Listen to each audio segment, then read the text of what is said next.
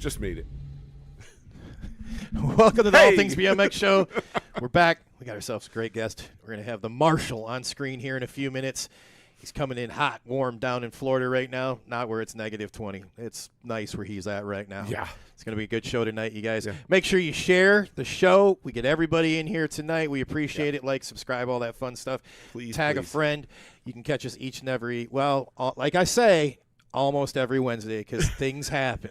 And that's part of this whole being live thing. We had a mini happen. blizzard.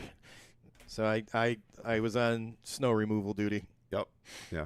Ann Arbor got a lot of snow yesterday. And that broke a nail. So is that what it was? That was what it was. Yeah, that was what it was. A little hangnail.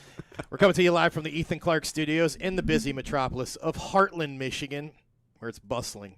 Cold. It is cold. We're brought to you by the good people over at Motor City Harley Davidson. Hey, man, the bike final for their build-off is happening the 24th. So you got 2 days, Friday. Check it out. Yeah, it is Friday. Saturday. Yeah. It's 11 to 3.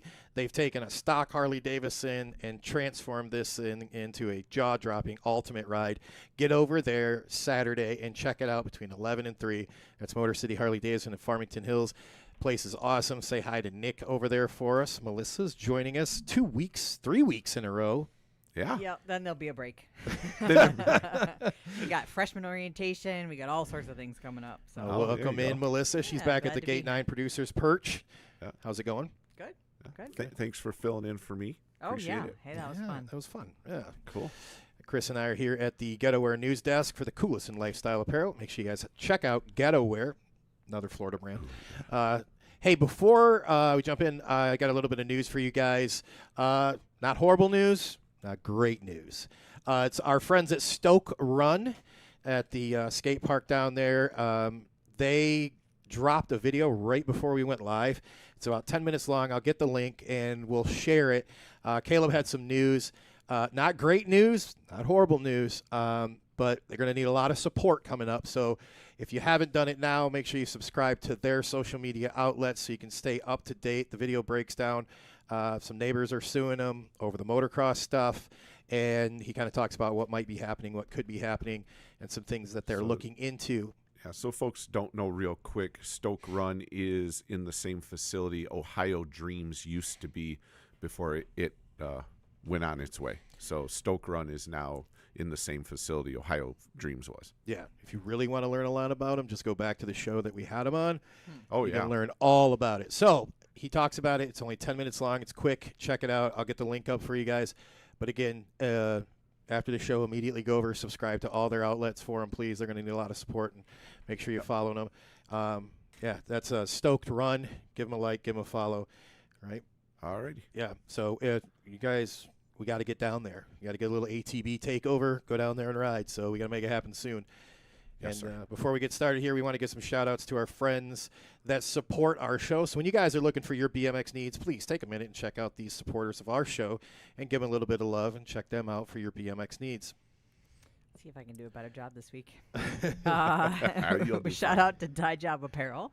When it comes to showcasing your identity, whether it's for your team, brand, or business, the right apparel can make all the difference. Dye Job Apparel makes the process effortless, helping bring your ideas to life with high-quality custom-designed clothing, merchandise, and marketing material. Ready to create something unique? Contact Sean at Dye Job Apparel today and turn your vision into reality. Hey, also check out Krupp & Carter, the official BMX brand made by BMXers for BMXers. Their aim is to become the first big bike brand in all the shopping malls. So go anywhere your favorite places to shop is where they're looking to become. So go check them out for the hottest new BMX drip. Our good friends over at Morris Digital Media. If you guys are looking for a revamp on your website or a brand new website, make sure you check out Morris Digital Media. Hit him up. He'll do you a professional web build. I think everything's tied into Florida right now, man, because he's even down there in Florida. Everybody likes Florida. Everybody likes Florida. I think you do this on purpose and give me the long read. Oh, I never read that whole thing, Melissa. I summarize. Yeah, well, I've never read it before, so I can't summarize. There you go. Spark BMX Training. Listen, if you're ready to level up your skills, boost your confidence, and dominate the track, then it's time to plug into Spark BMX Training. This isn't just another training program. It's your key to unlocking real progression, whether you're chasing podiums or just trying to beat your personal best. With Spark BMX, you're getting world-class coaching, exclusive training plans, and tech-driven tools designed specifically for BMX athletes. Go check them out. Yes. Spark BMX. All right. They do? Oh, wait. Sorry. Gotcha. My bad. They do? What? Nothing. All right. TBD. All right.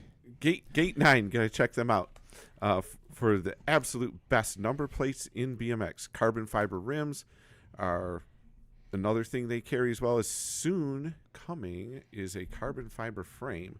So Gate 9, the only company you need to contact for your number plate needs. And we want to make sure we tell Billy over at Gate 9 happy birthday. His birthday is this coming Saturday. Yep. So everybody go to the Gate 9 page and wish Billy a happy birthday. Send him some whiskey. Also, we want to thank our friends over at On Two Wheels BMX at the next national you're at. Stop in, say hi to them. Special shout out to the Hack Shack, California zone. Yeah, and if you need some wheels built up, get a hold of Wrenchman Wheel Builders. Also, we want to shout out our good buddies over at DB Sports World. We hope they are staying warm in New York. They're getting the same thing we are. I know.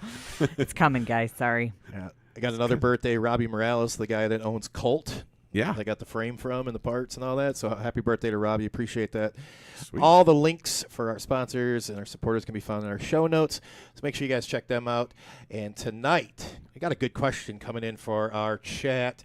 That's a good one because this one will get the chat room. This will get the comments going. So anywhere you guys comment tonight where you're watching the show, they all come in on a screen right over here that we can see. Really want to see what you guys have for this one. Our show question is brought to you by BMX Rocks Photography. If you guys haven't done it, get over, give them a like, give them a follow, say hello, and buy that package that we talked about. Sign up for that. Sign up for it. The VIP. The VIP package. Brought to you. So tonight we got the question for you. This is going to be a good one. What's one trend in BMX that you miss? Not that you want to get rid of. Don't turn it into that. There's plenty of that. But what's one that you miss? The trend. Yeah. Oh my gosh, there's so many different. So what one do you miss though? Me? Yeah. All right. So I'm the old dude. Leg gaiters. What the? Oh my bro. God. See now, Marshall's going. What? Welcome in. Yeah, I get no idea what. Let me see. It's an '80s thing. You know, Prince Isn't it probably like a shin guard? Prince probably has a package of them still. Oh, Prince does. He does. What are they called? Gator leg. Look up Max. Oh, like the pants. Max leg gaiters. They actually made some really cool ones back in the day. All right. Marshall, welcome in. Thank you for taking time and joining us tonight. I really appreciate it. What's a trend that you miss in BMX? I feel like, man, I don't even know. I think the colored kits, I feel like we're getting more and more towards like kind of just basic and sleek and kind of modern looking. But I've always been one where like maybe it's more of a motocross trend than anything, and I think they're doing a good job of bringing it back. Mm-hmm. But just like the Jeremy McGrath style kits and all the stuff like that, like man, the bold colors are something that I absolutely love. So yes. I would say bring back bold colors to BMX because the more it pops, the cooler it looks to me. So there you go. Can't argue with that. A lot of ones coming in the chat already. So how about you, Justin? What's the trend you're missing? Dude, as a full-figured gentleman, we could get this like baggy jerseys back. Baggy. So Marshall wants bright colors, and you want baggy. So there you go. Yeah, I mean, if we're gonna bring back those kits from the '90s and early 2000s, they weren't skin tight yet, and I'm okay with that. Yeah, aerodynamics. Yeah. Aerodynamics. It don't matter at my size. Like I'm okay with that. I've accepted it. Yeah. Yeah. That's funny. These are for the fluffy people. Hey, you know it. Hey man, if I'm riding mountain bikes, I love my baggy stuff. I love if I'm riding freestyle too. I love it. So the baggier the better in my opinion. I'm just trying to figure out when I just woke up one day and like BMX was skin suits. I'm like, when did this happen? It's the same thing with cars. They're trying to cut down the wind resistance. You don't go that fast on a BMX bike. It's a psyche. Bro, people drill holes in Yeah, parts it's and a stuff psychological for all thing. that. Yeah. Guys probably shave their legs to go faster in BMX. I'm not one of those people, but I will say that it's true. That is very true. I do know Well, people there that you do go. that. Seriously? Yes. So I'm Oh my saying gosh. there's such a psychological component to that. Oh my gosh. And I won't call him Hair- out because he's one of my best friends, but I just hope you know, if you're watching, I'm talking about you. There you About go. you, yes, it's about you. That makes no sense. I'm Hair sorry. resistance. It makes no Especially- sense. I think that might be a cover up for something. Unless you're else. wearing shorts for some, yeah, something's going on there. Because You're you're, like- you're wearing pants, it make no difference. Right. That's what No. I'm thinking. Well, and even though like the road bikers, the myth was like they shave their legs for less Yeah. drag. No. And you dig into this, it's so because they like when they fall, they get road rash, they get nicked up. It's so they could put like treatments and stuff on easier. Take it off. Really? Yeah, look, man. I went deep dive into the Tour de France for like 5 years. Okay. And at least it's a valid reason. Like, that makes sense. Yeah. Like, Yeah. I'd say that's a normal reason. So. I'm sure it just is like now, because it's just been done. Like you just do it. You're like, oh, I got my spandex. Time to shave my legs. I guess. I got my little onesie here, or bibs, as Cardoza calls them. Bibs. Package deal. There you go. There's a couple good ones that came in our chat. Is the full flanged grips? I'm with you on that one, Austin. Yeah. Vans clip shoes. Those were fire. Yes. Yeah. As somebody who is a sponsored Vans rider, I believe me, whoever put that in the chat, I'm sorry I didn't catch your name. I'm begging, okay? I'm trying to get them back. Are I you? want them so badly.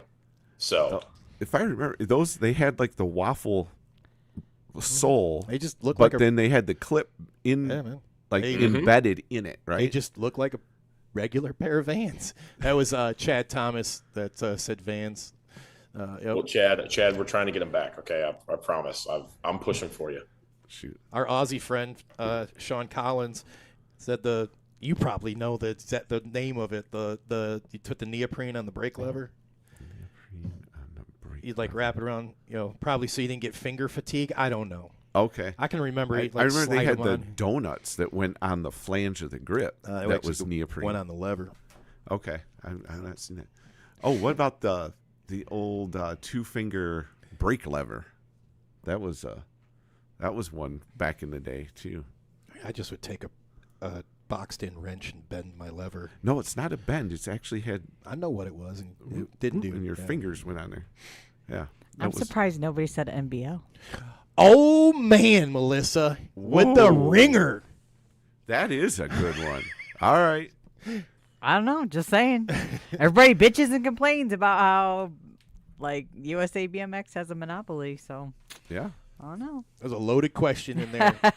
Nobody bid on that No, one, man. no, Good one. Kind of Good one. surprised. So Bringing the heat. so we need everybody to put their thing in there. What's the thing that? Oh, see, now Tim did. Yeah, you Tim Nope. Too late.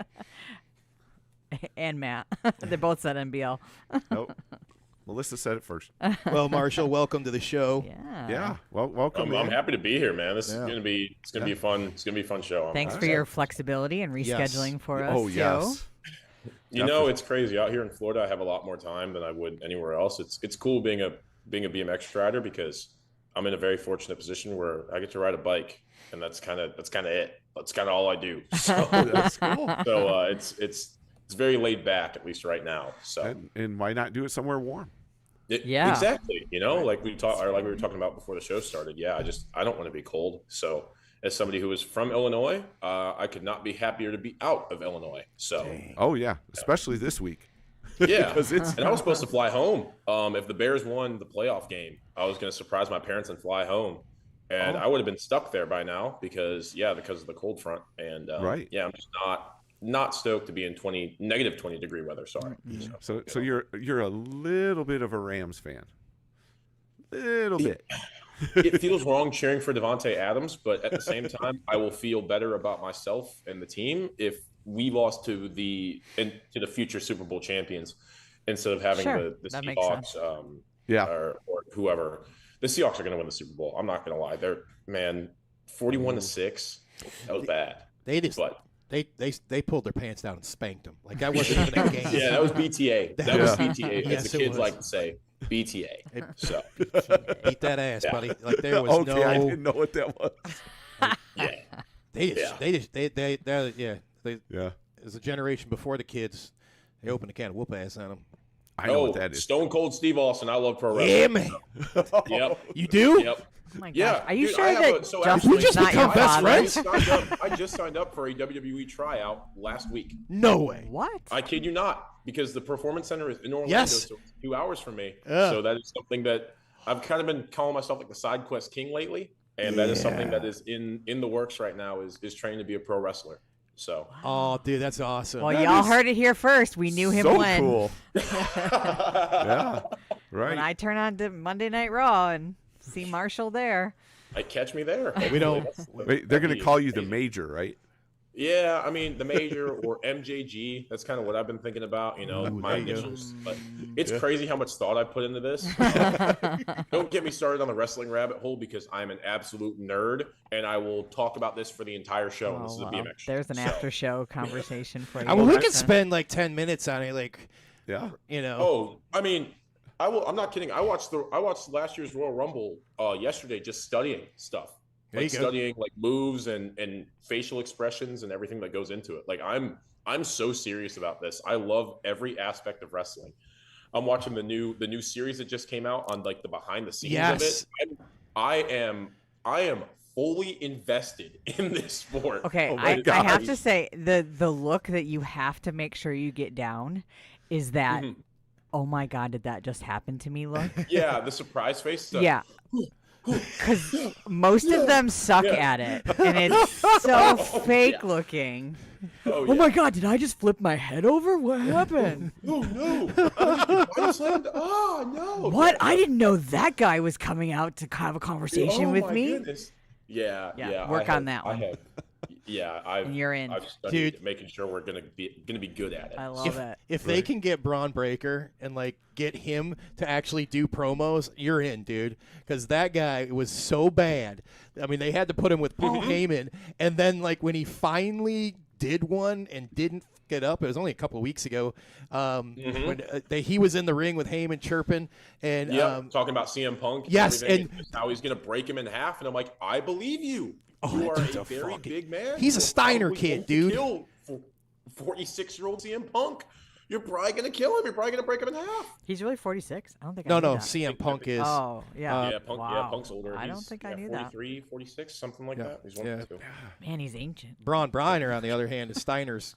Is Yeah, I will say, if there's Rick anybody who I Steiner's. could be like, it'd be like him, just because I want to run the ropes that fast and just absolutely nail people with a spear, going mock Jesus. Yes. So, Fuck Jesus. I mean, he probably came out of the womb with testosterone and androcell like Oh, already yeah. injected in him, like coming oh from yeah, a Steiner man. dude. I mean, have you seen his dad and his uncle, dude? Oh, They're yeah. like he came out barking. Yes, 100%. He was ready to go. That's a Ready to go Michigan. day They're one. from Michigan. We knew all about them. Oh yeah, out oh yeah, barking. Steiner brothers, man. They're Yeah. that's a crazy family to be a part of, huh? Wow. There's some wrestling families like that, man. Yeah, like you got. yeah. Who's your uncle, Scott Steiner? Does that mean your dad's Rick Steiner? Yeah, my dad's Rick Steiner. You're Yeah. automatically in the WWE. Like you're just. Yeah, Yeah. if you're not, you've done something wrong. I mean, I guess besides maybe playing football, that's probably the only other thing that could work for him with that amount of testosterone and that Oh yeah. speed. I think the football was maybe the only other thing that he could have done. So. I was impressed when he went top rope into the announcers table. The other. Oh yeah, Because like he ain't a high flyer, and I'm like, is he gonna go from there to there? And I'm like, that dude's gonna get Uber broken athletic. in half. He's gonna uber get broken athletic. in half. It's incredible to watch. Yeah. So, I he's definitely didn't. one of the people I look at. I watched it years ago, like with Stone Mhm. Cold. Got Yep. out of it, and we turned it on like a year and a half ago. A year. I don't know some- if I'd say we. Yeah, I did. I was trying to bring you in. He's like, leave me out of this. It's on. I'm on my phone. It was WrestleMania, and it was like I'm Huh? like it's 2 nights now, and I started. And Oh, from we then, did watch all Yep. of that. I'm like, we actually went to Yeah. WrestleMania a few years ago when it was in Arlington. So I got to watch okay. Stone Cold wrestle his last match, which I think is crazy. Oh, yeah. That 19-year-old me who he wrestled supposedly his last match before I was even born. Yeah. I got to watch him wrestle his last one with Kevin Owens. Man, I don't think I've ever been in a building with that much energy. Like, because AT&T Stadium is huge. Like it is, and it was sold out. You know, like the ground, like the floor seats completely sold out everywhere. Like everywhere you look, there's people, and yeah, completely sold out. And when his music hit, when the glass shattered, I went deaf. I went deaf. God damn, It that's was such a so unbelievably loud. It was crazy, but it was I the coolest believe thing that. ever. It was the coolest thing Stone ever. Cold, son. Chad Thomas in the chat says calling it now the Major versus Logan Paul. Damn, I'd pay for that Oh, right now. man. I'd buy Can you just take pay-per-view. that asshole out? Like, Yeah, permanently? Well, see, you do know something, Melissa. I pay I, attention. I don't just even know who advertise. that. I don't know that name. It's because he's a yeah, douchebag no, and you're not. wrestling Logan Paul is definitely like that. That's on the bucket list, believe it or not. Yeah. Like he's really good. Like he's painfully good at it, and he took to the business so quickly. So it'd be cool to have a match with him, just because I think we're both pretty athletic, and I think we could come up with some cool stuff. So Yeah. No. My pro wrestling's like Hulk Hogan, Rowdy Piper, I just Mr. hate to break T. it to you. He's dead. I know he passed away. I know. yeah, he did. I will say I don't think Hulk Hogan would have liked me very much. But that's Oh my God, dude! Okay. let's just say if you know, you know. Yeah, oh, yeah, that's- If you know, brother. Dude, he was out hawking his boy. beer out here where Melissa, like where we are, and we do the show. And I'm driving home, and I was like, I gotta go by this because it's a big gas station. That Yeah. place, it was insane. Like they had cops directing traffic, and all he was doing was just hawking his beer. He wasn't signing autographs or nothing. They took him in there and propped him up probably. Like here, he probably didn't even know where he was. Like No. he's like, where am I at? They're like, He did that near us too. So we had they're maybe 5 minutes from my parents' house in Illinois, and it was crazy. I didn't even go in. I just drove by because I was on my way to basketball practice, and I'm like, this is okay. Yeah, I'm not doing this. I'm going home. So I go down the or other going to road. Get basketball away practice. from this mess. Yeah. Yeah. Again, not sure how well that would have went over if I was in there anyways. So Oh God. Yeah, well, you ain't wrong. Andre the Giant. Bro, Ryan said you need the luchador mask. You need that. do I need to get the mask? Oh my! Can I be the Black Panther? Can I there be we the Black go. Panther mask? Can that be my character going forward? The Black Panther versus Logan Paul WrestleMania. Oh my goodness, that'd be funny. Man, that's just like in the just short amount of time we've been watching that. How big that's gotten now. Like they take over Vegas for a whole week of WrestleMania. They're in all the stadiums, like the hockey stadium, the football stadium. They're doing all their shows all week. I'm like, man, when did this get so goddamn big? Yeah. Wow. Dude, WrestleMania tickets. Sorry, WrestleMania tickets just to get through the door are 4 figures. Oh well, that's because of TKO. TKO. Yes. Yeah. I don't want to say too much because Nitro Circus is owned by TKO. But, let's just say there was an interview that went out, and people weren't very happy with how they approached their ticket sales. But you know what? Whatever. Who cares? So basically, TKO talked about how Vince McMahon priced his tickets for families, and then TKO was like, yeah, and we didn't like how he did that, and how he didn't try to make maximum profits off of the tickets, and everybody's like, well, dude, here's the problem with that. Like, if you don't price it towards families, people are going to stop coming. Yeah. Like right now, it's okay because you have the fan base that you've generated. But once those people stop watching, nobody's going to buy tickets because it's going to be for the elitists. So, dude, there's tickets that are $23,000 at WrestleMania. Like it's something. Weren't some they experience. up on that little balcony Seriously? thing? Yeah, they got above where they walk out. They put a bar up there, and you're up above it, and it's like a whole thing. Oh, it's in Vegas, right? It's in Vegas at the football stadium. It was, Okay. Yeah. That's wild. It's wild. I don't know. I want to live to see the day that the BMX race is like that. I just want to see the light show that they got at a BMX race. Oh, in Vegas? Whew. No, at WrestleMania. It's wild. Oh, the light show at It's WrestleMania. like 4 rigs they roll in for the light show. Oh, I'm Yeah. sure. Imagine that Well, at I'm a hoping bike that this race. Be Strong thing at the end of the year, I'm not sure if you've heard about that, but Little like the bit. Be Strong sports event. Yeah. I'm hoping that at the end of the year, pardon me, that'll be like pretty big, and they'll pull a pretty big crowd. What do you But know I about feel it? like that's, Have they shared say anything that with again, you? sorry. What's that? Wait, I didn't hear what you said. I said, what do you know about that so far? Because I know about Uh, the like big God. event of it, and that's it. I mean, that's pretty much all I know as well. Mhm. I know some of my friends have been in contact with people about possibly being on the teams, but that's as far as I Mm. know. Um, and yeah, I know, like I said, I know it's in Manchester, but that's pretty much it. But I'm hoping that since it's an indoor place, and they can pull a even if it's not a sizable crowd, at least they can make it look packed. Yep. Just because I feel like that's half the. I feel like if you bring a crowd into BMX, it just becomes a completely different sport when you can Mhm. hear when there's people that actually care. It's one thing when it's just parents up in the stands like at a national, but when you have people that are there just to see you guys race and you have actual fans, I feel Mhm. like that provides a completely different atmosphere. Like if you look at freestyle BMX and how they have fans. Yeah. Like it's not just people that are family members of the riders that are there at races. I think that's such a completely different element, and it provides a whole new demographic of people that we could actually like get to show, Yeah. and kind of cater what we do towards, instead of just having it be families. But I think we have a ways to go, but hopefully, with X Games going back to being like a league style Mhm. stuff, we can get X Games like racing back. So I have some ideas, and Yeah. I'm fortunate that I have some cool connections now. So hopefully, once I'm kind of settled in, and I'm only 19, so once I settle my life down and I can kind of get a hold on what it's like to be an adult, because holy shit, is that hard? Yeah. Not fun. Not looking towards paying bills this year. Not stoked on that. No. But yeah, hopefully once I get my stuff figured out, then we can start moving towards doing some cool stuff like that. So Yeah. Well, you'd mentioned the Nitro Circus, and you're part of that, and that's Yeah. a place too where like people go because this person's there or that person's there, and being part of like, that, like that's exactly what you hit it right. Like Yeah. they're there, they're rooting for them, they're rooting for everybody else. Yeah, like It's a how's that been for you crazy- too to be part of that? so it's so funny because I feel like I'm getting the best of both worlds. Like when I'm at races, I have like kids coming up to me that are like, which I can't believe I'm saying this again at 19 years old, but people have come up to me and they're like, "Hey, you're the reason I started racing," which is crazy to me. And then you have the kids that are like 10 expert right now, and they're like, "Dude, I started racing because of you," and they're winning nationals, and I'm like, "Dang, I've been doing this longer than you've been alive." And I'm like, that just doesn't feel right. Like again, I turned 20 this year, and I'm like, dude, I feel old, which is crazy, but Right.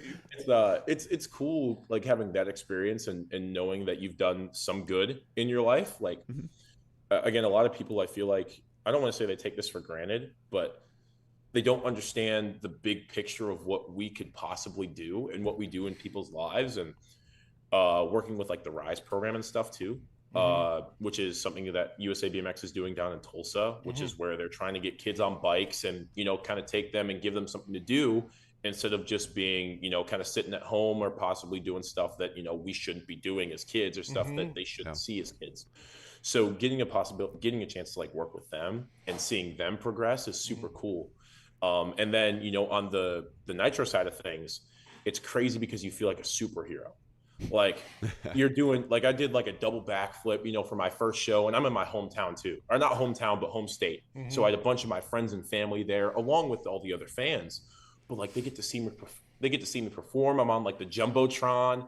Like I get to talk to the audience. There's flamethrowers going everywhere. Like I'm doing a front flip with Taka Michinoku and Axel Hodges. Like Jeez. beside me, and I'm like, this is the coolest thing ever.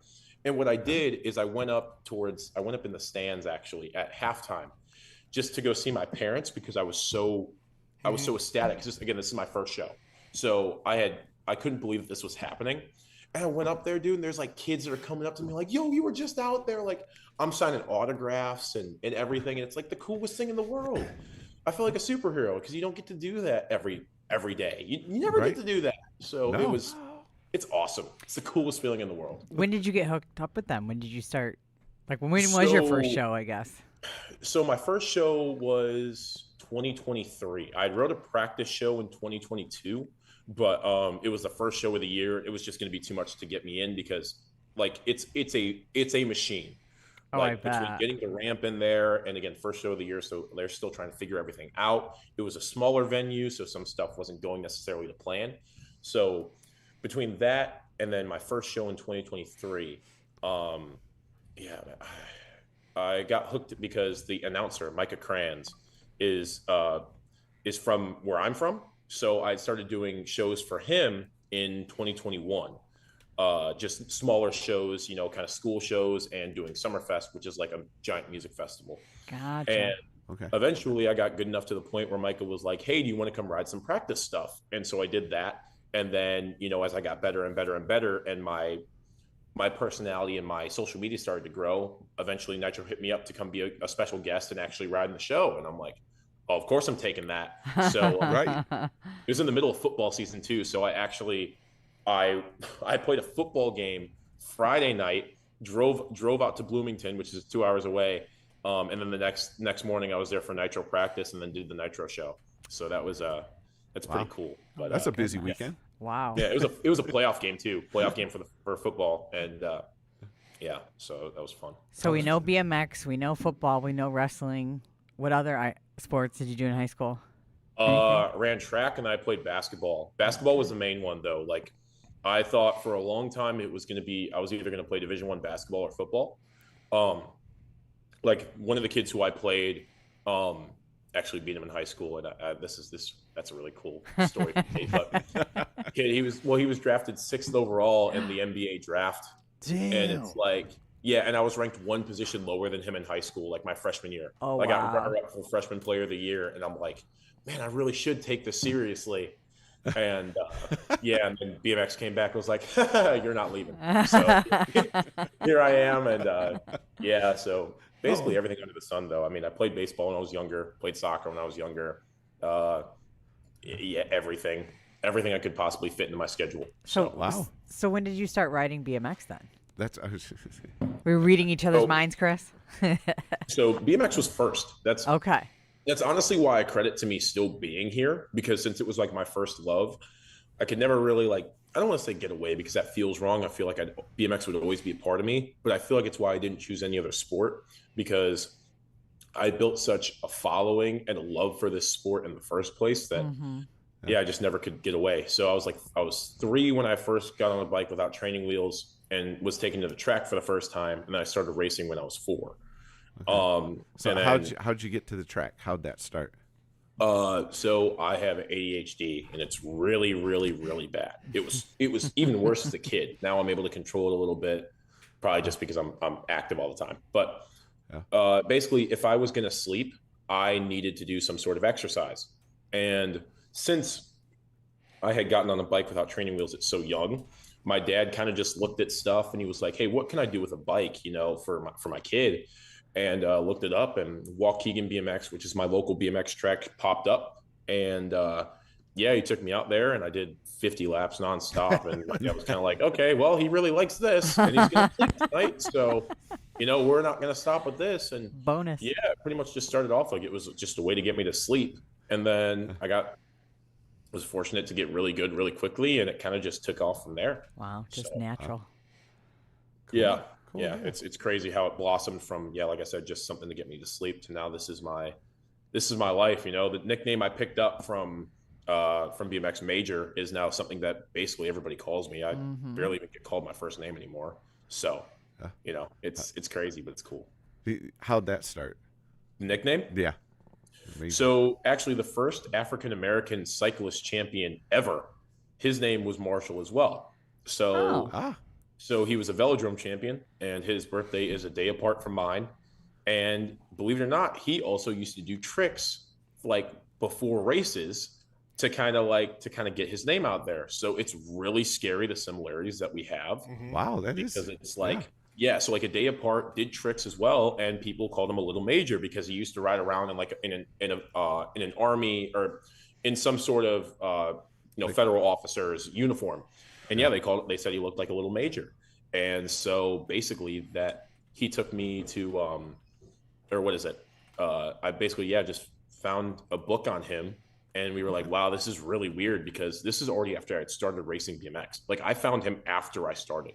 Okay. Wow. So yeah, I found a book on him, and I was kind of just took the nickname, and eventually I can't remember if it's his great granddaughter or just his granddaughter, because this is like 1890s, I think is what it is. Mm-hmm. So a long time ago. But his granddaughter actually gave me permission to like use the nickname like out of respect. Like she gave me the nickname to use. That's so cool. Yeah. That is cool. Yeah, there you go. I Major feel Taylor. like this was written in the stars before you were even born. Yeah, exactly. It's a weird thing where it's like I feel like this is too. There's no way this is by accident, right? This is like there's too many reincarnation or similarities something. here. Yeah, this is wow. Oh, here Yeah. we got a picture of the fellow there. Yep, there you go. So I will say my hair does not look like that.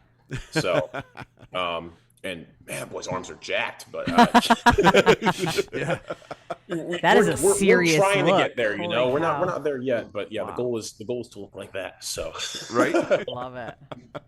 That's awesome. Hey, How cool the is that? 6th pick that you were yeah, ranked Jeremiah right Fears. at? Okay, that was all right. Yep, that's what- Jeremiah Fears playing in the NBA. That's a throwing name lots of you time won't ever Williamson right forget. now. Yeah. Well, yeah, because I mean, we played him in high school, and so we, man, did we? So like, I was guarding him the whole time too, because it was kind of like I don't want to say a big matchup because I don't want to toot my own horn, but you know, number 1 and number 2 in Illinois for freshmen were playing each other. So we had the Michigan coach Juwan Howard was there, and so we played in front of him, and I held him to 2 points. Even though he gave me a busted lip, I probably should have gotten stitches in like the first quarter of the game. I said, I'm not sitting out this game, went to the bathroom, quickly just got all the blood out, you know, washed it out, came back, and yeah, he's only scored 2 points, and ended up playing really well that game. So it was a cool feeling. But, I remember That's seeing awesome. a picture of you playing ball, and you were wearing Vans socks. always Yeah. representing. Yeah. Always. Again, also kind of going back to like the clip shoe thing. I tried to get him to make a basketball shoe. I really Did tried. you? Like, guys, well, yeah. I'm like, I'm That's playing cool. varsity basketball, you know, and like I've been here, you know, like I'm on the team. Like, can we just get like a one-off pair? Like, there's got to be some way we can make one. Right. And unfortunately, it just never materialized. But yeah, I also pushed for that, and that would have been cool. So. That would be There's a cool. photo shoot of me somewhere doing like a bunch of dunks and Vans. So, you know, it's out there. There we It's out go. there. What position in football? I played safety and wide receiver. So I only played my sophomore and my senior year because I just had too much going on with BMX my freshman and junior year. But sophomore year, I played both ways.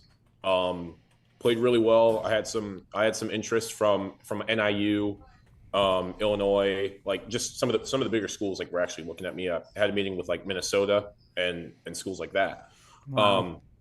So we did that, and that was fun. And then senior year, I came back and only played mid-season. I came back like after a race, yeah. and I'm like, I got nothing going on for the next 6 weeks. Can I play football, coach? And he's like, sure. So joined Okay. mid-season, and basically my punishment was that I was only allowed to play defense. Oh.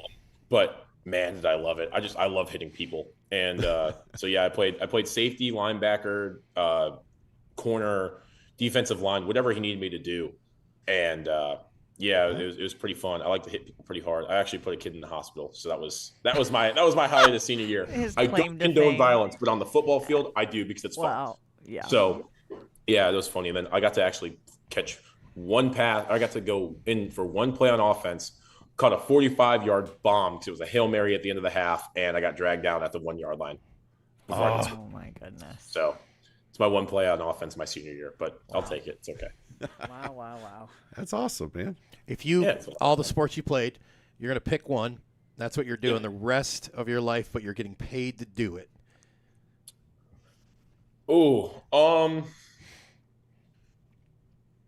I mean, I have to say BMX, right? Okay. I No, feel you don't like- have to. Well, no, but I feel like I do because, you know, unfortunately, the money is a lot better in basketball. It's a lot better in football. And while I don't feel like I could have gone pro in basketball, I feel like I'm just not skilled enough for that. I feel like I definitely could have, pardon me, again, had the potential to go pro in football.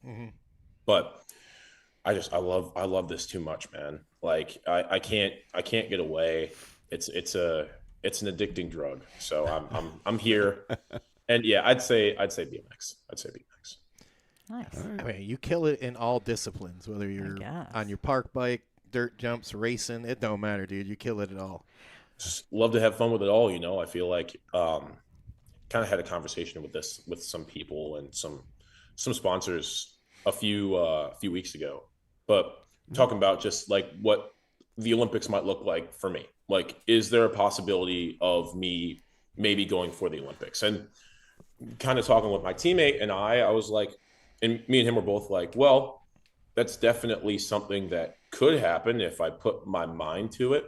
But I feel like, there's more, I can do more for the sport and for myself by me being in all the different branches that I am right now. Mm-hmm. Me doing Nitro Circus, but then I can also go race a World Cup, or, I can race Grands. Mm-hmm. I can go do Monster Jam shows and do freestyle stuff. Or, I can go to Crankworks, which is what I'm doing this year. I'm doing mountain bike stuff as well. And I feel like there's just so much more potential for me to be, there's so much more potential for everything if I'm everywhere, instead of just putting me in the racer category and leaving me there. I love that. So, yeah, that makes a lot of sense. It does, yeah. Because if you're doing the Olympics, you're race 100% for probably good to 2 to 3 years solid, just for the Olympics. Exactly. And I'm just like, I feel like I don't want to put a damper on the Olympics, because it's the absolute pinnacle of our sport, and I commend all of the racers that are going for it. But again, when you're put in that shell of being just a racer, there's only so much you can grow the sport and do what you're doing. I feel like like I said earlier, if I can be outside of that and branch into different sports and in different aspects of BMX, I can pull a crowd from mountain bikes to go watch us race, or I can pull a crowd from freestyle to go watch us race, versus if I'm just racing, that's it. Same crowd, nothing gets brought of it, because it's the same people over and over and over again. So I was thinking about that when you said that earlier, the fan, like supercross motorcycle racing. Okay. Yes. You got, hey, my favorite guy is, I'm just going to pick Tomac, or my favorite guy is Plessinger, or, who at Roxon. We all know who. By the way, sorry. I love Roxon. Okay. You just won Melissa over. Okay. Did we just become best friends? Okay, continue. I'm sorry. So you have these people that are fans of this rider, that rider, or a brand, whichever, hey, I'm a Honda guy, or whatever it be, right? So, you don't really see that with BMX. The only thing I thought of when we were talking about that a little earlier is Chase kind of went at that when they started offering the Barry Nobles, Connor Fields, George jerseys and T-shirts with their, that looked like replicas of their factory jerseys. I think that's the only thing I've really seen like that, where you're trying to promote the professional riders to create, hey, I'm a fan, and I don't know. What's really funny about that is I've actually spent the last 3 days trying to come up with shirt designs, because I was just at the Chili Bowl, so I don't know if y'all know what that is, but so the biggest, biggest midget sprint car race of the year. Did you not see the fight there?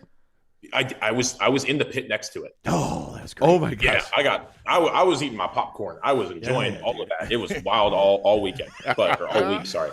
Yeah. But so people that don't know what that is, real quick, it's what do they call, like sprint car, little cars, and they race them. Sprint cars. Okay, and they race them in the same building the Grands was held in Tulsa. Yes. So they have a flat dirt track in there, and people come from all over the country, all over the world. NASCAR drivers just like the racing Grands. this thing. Mm-hmm. So yeah. But so the thing is, walking around the pits, though, they have their pit pass, and then I know what you're going. Every single driver has a hoodie or a T-shirt. Yep. Every single one of them, because that's their brand. Like they're out there promoting whatever company, you know, they're working with, you know, like one of the drivers was handing out, you know, gel packets, but he also had his t-shirt stand of like all of his hoodies and like I said, his t-shirts. And, you know, you got a bunch of people wearing all that stuff. And it's like, yeah, okay, I like this driver. And then that's stuff that you can wear outside of BMX. And I feel like I've been trying to tell my friends actually who are living here at Acre to try and make some as well, because I feel like that's a huge component of promoting the sport that we're missing out on. Nobody has merch at all. Agreed. Yeah, you're right. Yeah, nobody. Wait, didn't Drew Polk did a run, right? Yes, Drew did, and then Sienna Powell did a run, which I think is cool. Yeah, but like all I've ever seen. Yeah, but like we should have everybody. Absolutely. Yeah. Like how does Cam Wood and Cameron Larson, the two Olympians, how do they not have merch? Or how, if they do, how is it not promoted to the point where somebody who's in the sport, like myself and like y'all, how do we not know about it? Yeah. Right. That's a good point. That's a huge missed opportunity on not only just promotion, but money for the riders as well. When I'm not going to lie, we are starved of it. When it comes to every other like big sport in BMX, we're not making that much money. So, you know, that is a huge component that I feel like a lot of us are missing out on. And so that's why, yeah, you know, I'm going to do a t-shirt run here, hopefully within the next month, because I'm like, we need to get it out there. We need to, like, if people are fans of me, then yeah, they should be able to show it. Yeah. Right? I've said this for a long time. It's so hard to be a fan of BMX racing because, for example, if you're a fan of hockey or football, basketball, stick and ball sports, you can buy a jersey. You can get, like you said, just the swag, the hats, this and that. Like, until Nick started doing that with the duffel bag dash, you didn't have a way to get a jersey unless you knew the person and you walked up to him and, you know, whatever. Yep. Nobody's doing that. But that right there is the only little sliver that if you want, you know, your jersey or another rider's jersey, you got a chance of bidding on it and getting it, and it goes to a great cause. That's it. So, like, you're absolutely right. Like, even I remember we had a local racetrack, stock car. Those drivers had their own swag. Yeah. You know? Like it's a given. I feel like when you're in auto sports, like it's a given to have your own some sort of merch. Dude, people buy it. They buy it. Yeah. Man, I was like, after the first day I was there, and it was like I think I flew in Wednesday night, got there Thursday, right? So this is the third day of the Chili Bowl. The prelims are still happening. Like the main events haven't even happened. Like that's on Saturday. And I got there and literally, who's wrong? Hi, Michael. But yeah, so from Wednesday morning till Wednesday at night, completely gone. All the stuff on his table were gone. Sold it. And there was a lot on there. That's just one day. Wow. So it's crazy. You know, like in the park world, we'll call it freestyle, you know, it's not uncommon that like you start a brand there, you're going to get t-shirts printed up right away. And like, that's how you're going to kind of do your brand or yourself, right? In freestyle. Yeah. I think you're onto something there, and I'll be the first one to buy a shirt when you get them made. Thank you. I appreciate that. Yeah. We'll be ordering a couple of them. Heck yeah. That's awesome. I appreciate that. But I think it's crazy to me how we haven't capitalized on that. Like even USA BMX, you know, like for their top pros, you know, instead of doing the event shirts or instead of having, you know, a crap ton of prints of the event shirts that aren't selling out every weekend, why don't you take a few of those shirts and, you know, or a few of the print runs. Yeah, throw some pros on there. Top pros. And print their shirts. I bet those shirts would sell out way faster than the event ones. I would put money on that too. Yeah. I thought they did. I guess no. I mean, if they did, again, they didn't do a good job of promoting it. I don't know about it. So the only ones, and I don't want to say I'm the end all be all. Like, let's make that clear. But like, I feel like, you know, other racers should know if somebody else is promoting and making stuff. Yeah. No, I now kind of along the same lines. Our tracks have shirts with the track name on them. Yeah. That they use as a fundraiser. Yeah. Yep. Now, I can tell you from my experience with the track here, you sit on. Just say it. Just say it. All right, Waterford Oaks. Okay. You sit on a lot of inventory, but we are, you know, gosh, this was probably 10 years ago now, but our theory was, and I think it worked, we sold them, we didn't make money on them. No, it's advertising. That's what we did. Yeah, but that's what for we a track. figured. Yeah. So when you went Michigan, you saw Waterford Oaks T-shirts everywhere because we were selling them. Yeah. Cheap. We made like $1 or $2 on them. I think we were selling them back in the day. Well, it's your marketing. It was $10. We sold the shirts for $10 a T-shirt. Yeah. Hoodies, Yeah, I think, were cheap. $20. So we didn't. Did you have indoor plumbing back then? Yes, we did. Hey, we got flushing toilets, man. They had Living large, living luxurious. They had metal hitching posts too. Hit your horse up here. Get your Waterford Oaks T-shirt, folks. Oh yeah. Probably Oh would- yeah. yeah. Oh Yeah. yeah, brother. Yeah. But you know That's the fact because I said so. No. you wow. We're gonna go cut that out of the show tonight, dude. It's gonna be my new ringer when Chris calls. Because I said so. I was Oh, trying that's to play. quality I'm like, content right there. Right That's- there. I that's knew the it was best thing Stone that's been Cold. said I'm all like, show. no, that's not right. Nope. Yeah. I It's okay. cried. A plus for effort. A In, plus in for my effort. brain, I was crossing up Hogan and Stone Cold. I was trying to. You You did. That's You Chris crossed Beer, them dude. real well. There you go. You stand up, rip that shirt off, dude. Oh, We're going that's next great. level, bro. Wait, to your point with the merchandise, like Sean Gifford, shameless plug here from Dye Job Apparel.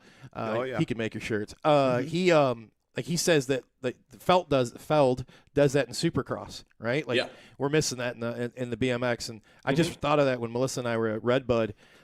Somebody yell it. Put it in the chat. Yell Redbud, please. You can't say. Yeah, you can't do it. Yeah, but like they had those big trailers, and you'd go. They're all over Redbud, and like you'd go up, and there'd be Kenny shirts. There'd be this. Like Yep. the thing that blew Yep. me away, Marshall, is the semi trucks. Mm-hmm. They weren't just kids buying them.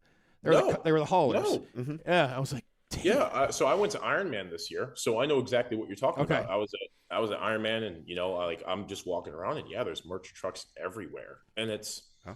I always say that Supercross should be looked at as our big brother in things like this because we should take almost everything they do well and try and implement Yes. it into My our dude. sport. Like, so one thing I want to do more this year is kind of be like media and not only just race, but do more like interactive things with maybe the fans and also the riders. Okay. And so my big thing is, why don't we have a media day where the riders, when say like everybody's at Hardesty for the national, right? When all the pros are there, Yes. you have room to do it. Why don't you just set it up, do an interview with the pros in their jersey, right? Make it a 10-minute interview with all your pros, splice it up, and you can put clips in throughout the pro show of like, hey, what does this mean to them? Why does Cam Wood train the way he does? Why does he ride the bike he does? Why does he ride the way that he does? There's so many different things that you could implement from Supercross into this. Or like if Cam Wood wins, then implement a clip of like him being like, this is what it would mean to win this race. Or like analytics stuff too. Like, hey, these are the fastest sector times from last year at Tulsa. Like, so do you think these will be beat this year? Or you interview the riders who had the fastest sector times. What did you do here, and why do you feel like you were so fast here? Mhm. There's so many different things that you can add to the sport to make it marketable and to make it cool. Oh. It's a cool sport. Can I? But we or don't like, do anything about it. If you're able to get in someone's ear with this, will you take this with you and just gently massage it in? I'm listening. All right, a fucking red plate for our point leader. Oh my, yes. I don't look. Right? They're already beating away on their phone and typing, where red plates are for rock. Stop it.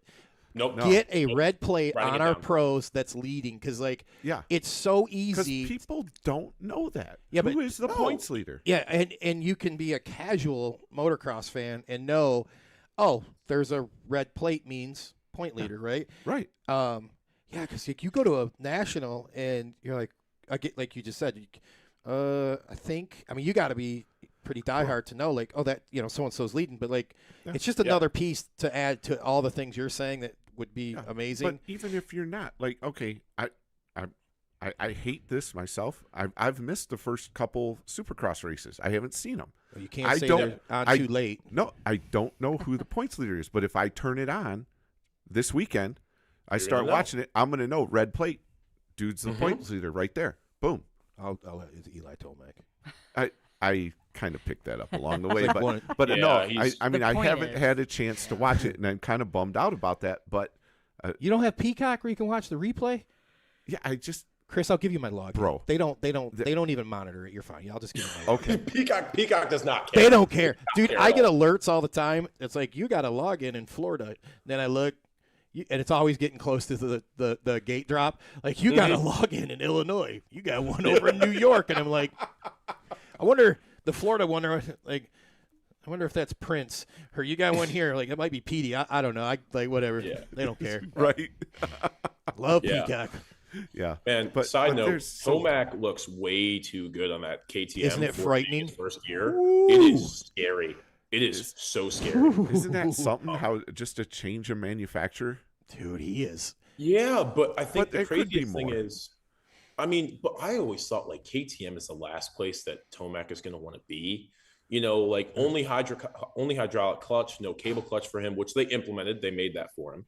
But you know, they built the highest powered bike that they've ever made, and he in the World Supercross rounds, he looked kind of loose on the bike, but that was growing pains. But man, dude, A1 and San Diego, he just came out like a bat out of hell.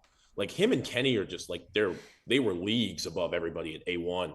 And then, it seems like Hunter's starting to catch up a little bit. And, A1 might have been, I don't want to say a fluke, but that was just a one-off thing where they're, 27 seconds ahead. Sorry to spoil the race for you. But yeah, Tomac. No, it's okay. Dude, Tomac and Kenny ran off with A1. It was like 25 seconds ahead. It was crazy. Is it But- kind of like the old Jeremy McGrath days where he's like 2 laps ahead of everybody else in the but field? they're older. That's true. They're the older yeah. guys in the they're in the their whole- 30s, like, and Yeah. you're just like, Yeah. what? Yeah. It's like, man, I really wonder where Jet would be this year. Like I'm sure that he is still the best dirt bike rider in the world. As much as that, I don't want to admit it because I it's really painful. like Kenny. It's It's painful, but I really want to see where he stacks up to Tomac and Kenny. Just this year, just to see what it's like. But yeah, man, it's gonna be a fun season. And Tomac, God, if he rides this well, he could go 17-0. That kid, wow, man. And It's on what a, fire. Huh? we'll watch that, and I'm like, I look at the running order. And I was like, dude, you go down to like in the main event. There's not one name on there that can't win. I That's know. what's nuts. I Like, know. Everybody's a name. Everybody's a name player. Everybody, like you, man. You have race winner Malcolm Stewart from last year, who is in 12th place, but you look at the names ahead of him, and you're like, oh, but that's where he, like, That's where- yeah. it makes sense. It's Yeah. okay that he's there. Mm-hmm. Like Yeah. again, 1 through 15 could win the dang race. Like that makes no. It's the field's so deep. It's crazy. so That's awesome. you obviously know the motocross. Yes. I had this question pop through my head, and are we watching? Everyone's going to have an opinion on it. That's fine, but are we watching the best that like Supercross and motocross racing has right now to date? I get it. There was the McGrath era, there was the Carmichael era, but though I don't feel like Not even close. they were that deep. Those fields. No, I mean, there were some no, great no. racers, but like Y- right yeah. now, it's got to be the greatest time. No, it's never been this deep before. I don't care what anybody says in the comments. There's never been a time period where 1 through 15 could win a race.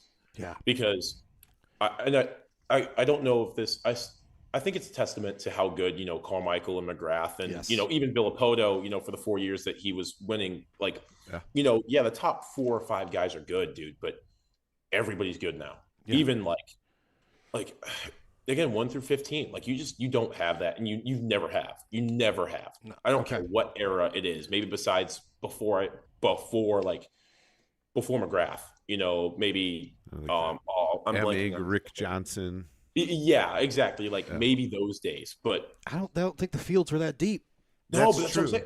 I'm Bob not gonna lie. Hanna. I feel like at that day and age, you still had guys that are like, "Hey, this is my weekend job. Like, I'm going home and I'm working as an electrician for 50 hours a week, and then I'm gonna come race Supercross on the weekends." Yeah, in between Yeah. rounds, they're smoking, drinking. Like, hey, what's going on, man? Right. They're lining up to the gate, basically half drunk already. Like they're done. They're buzzed. Somebody get me a menthol cigarette. I got to get ready. It'd be a Camel because that's who used to Oh, that's sponsor. right, Camel. Yeah, give me Remember a that? They Camel. used to have Camel cigarette sponsors or Budweiser or something. Bob, that's it. Bob Hurricane. That was the name I was trying to remember. Yeah, Hurricane Hannah. Bob There Hannah. you go. Yeah. But yeah, like you said, man, this field's never been this stacked. Like it's crazy how even the older guys still feel like they're getting better. Because I think that's the biggest thing is that for a while, the peak of Supercross, you're 24, right? Yep. Like 24, 26. That's kind of it. But now you got guys that are like Tomac and Kenny with this new, technology that are able to just kind of press their bodies, past that age limit, past that threshold. And yeah, it's opened up a completely new game because now guys primes are from 24 to 30. Look at Tomac, look at Kenny. It's crazy. So do you think that's part of the training now is so much more intense or like nano focused on Supercross itself? There's training specific to like training for sports has evolved to now where it's very specific for basketball, baseball, football, Supercross, BMX, whatever it is, right? And the combination of the technology of the equipment has advanced so much that's part of this. This is the best racing we've seen in years because it's all coming together now at the same time. Yeah, I definitely think so because, I mean, you got guys that are also able to have longer off seasons. Like you'll see the older guys, they focus a lot on Supercross. I feel like none of the older guys are really, none of them are moto focused at all. Like Webb, Supercross focused. Kenny doesn't even race outdoors anymore. He's fully World Supercross and regular Supercross, like Monster Energy Supercross. Yep. Eli, same way, races once or twice throughout the off season, and that's it. So I feel like the older guys, like you'll just see them, they're really tailoring their bodies towards Supercross, but and then even in motocross, like I feel like that's where it gets back more to grassroots because that's where the younger guys shine. Yeah. Like I feel like Tomac was kind of a unicorn in his title fight with Chase that one year. But even then, at that point, Tomac was what, 27? Yeah. 28, 29, something like that. But yeah, so it's like, I think Supercross is just, you can tailor yourself more for it now, and you're comfortable. You got the technology in the machines. You got the technology and training. And a big one is your recovery, right? So the bar of one of these guys, like think of Kenny. That dude shattered both his arms.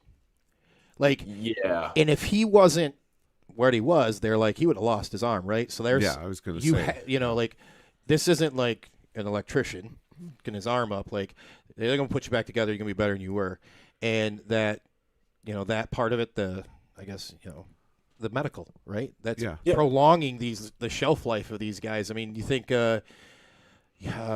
Eli blew out, was it his hamstring when he ACL last and he's, or was it meniscus? It was one of the two. Yeah. Sorry.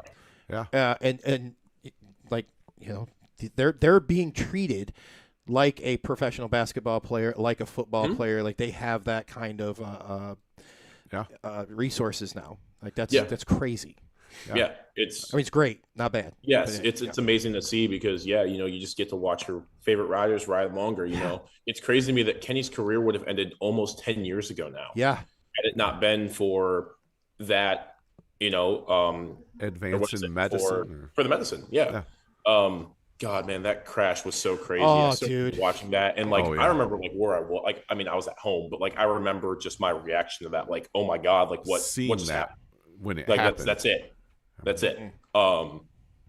And then, again, that's my favorite rider at the time too. So it's like, I just transitioned now because Stewart had just retired and I'm like, oh yeah, Kenny's my guy. And then, watching him go down like that, dude, so scary. Scary. But no, it's blessed to have the medicine that we do now to watch them, prolong their careers. And hopefully, BMX gets to a point where we can have that type of treatment. And have that type of medical, just advantage because I feel like, think of that in our sport, man. Like, because you're seeing the technology coming in on the, that Olympic level and you're seeing this and that and all these other tests and things. And, that's there, but man, like, geez. That's that's a whole nother thing there. The medical. Do you ever seen like the first time I saw a watt bike in BMX, and they've been around forever, right? Yeah, You're like, yeah. what is That's- this that's contraption? We are behind. We are. Some we of are. it, yeah. We are behind. It's funny now watching the pros though, because like being here at Acre, like I'm able to, since I live with them, I see what their habits are and how they study the game. And Jeremy Smith, my teammate, like, dude, he is so methodical about how he approaches life and his body and what he does to train. It's crazy to watch how methodical and how smart he is. Because, I feel like, again, this is true and it's also not, but sports athletes sometimes get a rep that they're not quite as smart just because, we played sports, we didn't go get a job. So it's crazy to watch how Jeremy does his program and watching how everything he does matters. How he starts matters, how he walks matters, what he does in the morning matters, his routine for everything. It's crazy to watch him and how he affects everybody at the farm, because it's contagious. Once he starts doing it, everybody's like, okay, I should probably start doing this too.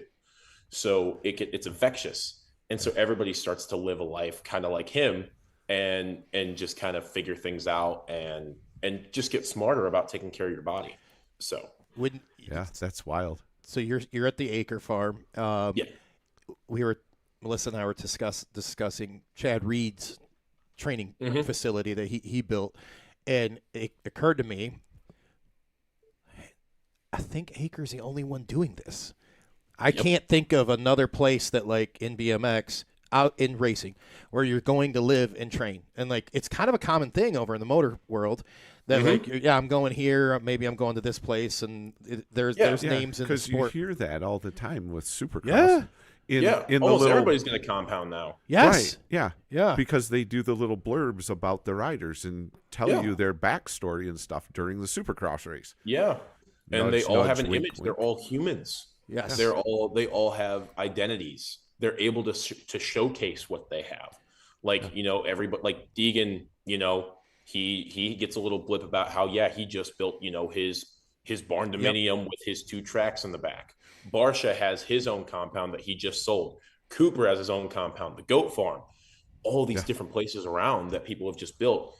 And, like Acre really is the only place doing that. And again, I hate to be a Debbie Downer, but I feel like it does come down to money, because it's, like those guys can afford to do that. They're making so much money that they can afford to build their own places. But like, with BMX, it's crazy to me that people haven't banded together and been like, hey, we should do this. And because, I mean, it's a great atmosphere, man. Like having the bunk room filled like last week, even before the national, like, man, we have like 10 kids here. Just training and riding who just want to be around, who want to be around us in the sport. And it's crazy because it's like, you don't have that anywhere else. Like you got some people that'll just go stay with their friends to go ride, but nothing like this. It really is one of one. And I think it's so cool that what Jeremy and Will Grant have been able to put together here. Because it's just the coolest thing ever. And Acre Games at the end of the year / beginning of the year, funnest event in BMX. I was going to ask about that, man. How that? Man, it gets so rowdy. The one-on-one racing is so cool. Just the people that we're able to bring out, and it's crazy how God, I really don't want to be a Debbie Downer again, but like I got paid more for the race here than I would have made at any of the futures races, and I probably got paid more than most of the pros made in a weekend. No, just sad. for this one thing. That's not sad. I actually had that for the next thing I was going to talk about, so it's a good transition. It's making money, right? Like for you, for the racers. Yeah, but it's so cool what we're able to do. Like I said, the one-on-one racing, and then the Radis line, like implementing freestyle and skills into racing. Like you don't get that anywhere, man. We have my friend Taylor now. So he's from Canada. He came over and he did the Radis line, right? He did a crazy transfer, and then we had built a box jump or a dirt jump on the back of our second turn, and he sent a backflip, and he hasn't done one in like 3 years. He didn't even land it. But like since the vibe was so high, everybody's like, yeah, screw it, just gonna send it. Like, dude, we had people sending crazy stuff everywhere. It was awesome. It was awesome. Oh, that is cool. So kids are stoked. Everybody was stoked, and like, yeah, he face planted too. It was so funny. Gets up, dude, just grabs his bike and like shakes it in the air, like yeah. Everybody on the sidelines just having a whale of a time, and that's quite a lot to say because it was 30 degrees. It was so cold. Oh here, wow! but everybody was still having an awesome time. So it was great. It was great. Okay, that explains. All right, I saw a lot of pictures, and I'm like, man, these people look like they're freezing. Yeah, it was 30 degrees. You should have seen us after the racing. Some people threw up. Man, like I couldn't feel my legs. It's crazy how an event that grueling can be so fun though. I think it's just because of the group of people that we have around us, like even though it sucks because our legs are burning, the energy is infectious. It's so cool. Yeah. So you're getting that stoke from the crowd. Yeah. You guys do such a good job putting that together. I watched a lot of the videos you guys shared, and like Will laid out like a bunch of stuff they're giving away as prizes. One of them being the send an e-bike there. Yep. But dude, it was like almost the whole straightaway that they had. That tells you there's room for stuff like that. That can there's a want for it 100%. There's a want for that. Yeah, I think that's something that we need to do better at is coming up with creative events. I feel like it's kind of hard because of the national schedule we have now where you need to have 10 races a year to kind of get that nag plate, and it's every weekend, right? Like every weekend it seems like has a race. So there's not an it's kind of hard to do events like this, but man, when you get a weekend where there's nothing else going on, if you can put on a cool event that's just different from everybody else, man, it goes a world. It goes leaps and bounds above everything else that we're doing because it's an event that's different and it's fun. Like we need that in BMX because it seems like every weekend is getting repetitive. Fly to the race, get there Thursday, practice, race, go home. Like that's it. There's no time to go sightsee. Can't go visit Mount Rushmore if you're doing. I mean, there's no races out there. But like, right. When I talked to you in Florida, like we were down there for the Bang and Bars, but I mean, it was a vacation for us because you had the time. And I like it because it's different. It's not the national grind. And, we were able to go do the other stuff. Like we were able to go to the beach. We were able to do this stuff after those, well, not Saturday exactly, but the other days. And, but that's why we went. We knew that. And you're right. It's not just this. That's the schedule. And they do, I think they do a great job with that. It's always fun. That was the second one I was able to do. And again, to your point, it was something different, and we flew all the way from Michigan down there for it. Yeah. And I think, like I said, man, we just need more events like that, and I'm hoping that I'm hoping that we can maybe cut down on the national schedule. One thing I've realized is it's really nice being futures/pro because I don't have to worry about, going to 15 nationals a year. I can go see my family if I want to. I can actually on a weekend have, time to train. I have time to train. Like I have time in between races where I can actually get better instead of just racing. And it allows me to do cool events like this. Like I'm able to go do Pump Track World Championships. I'm able to go do Crankworks. Like I'm able to do all this cool stuff because I don't have a race every weekend. Have you been to Crankworks before? No. So this is the first one. So it's funny. If everything goes to plan, I should be going straight from Houston I fly from Houston after the race straight to New Zealand, come back, go to Louisiana to race collegiate national championships. And then after that, it's Rock Hill for USA Cycling National Championships. So March is hectic to say the least, but it's cool because I have an off weekend. So I can go do that at Crankworks. It's awesome. Man. Do you know what events you're going to be participating in at Crankworks already? So I'm on the wait list for Pump Track, but I know I'm doing dual slalom. So I'm actually about to send my bike out tomorrow to go get stuff. On Will. Hey, Will. I will. Doing the All Things BMX podcast. Yeah, dude. I gotta have this on, I gotta look good for the camera, okay? Yeah. Oh yeah. But Oh my god, I lost my train of thought. We were talking to Crankworks. You're sending your bike out. Oh yeah. But I'm. Oh wow. Holy. Okay. But yeah, so I'm doing dual slalom as well. And yeah, I'm getting my bike shipped out to go get some new parts on it right now, and hopefully get the bike dialed in for that. And I'm also racing Sea Otter this year, like the Sea Otter Classic out in California. Oh yeah. So yeah, just doing different events, and Nice. like I said, it's great to have the opportunity to do all that stuff because I'm not racing. 15 times a year. So. Yeah. Is the Futures only at the pro events? Yes, the Futures is only at the pro events. Gotcha. Okay. Right. But I think we have like a Futures Open thing now at every national since they took out the pro-ams. I think that's a thing. I did see. But yeah. But I don't know. I don't have any like information on that because I haven't been to any of the nationals. I've been kind of running around, so I haven't been there for the start of the year. But yeah, I think there's something along those lines. But yeah, we'll see going forward. So hopefully there's something at like Rockford for my home race. I got a question for you. What's up? This one actually came in like when we post the events.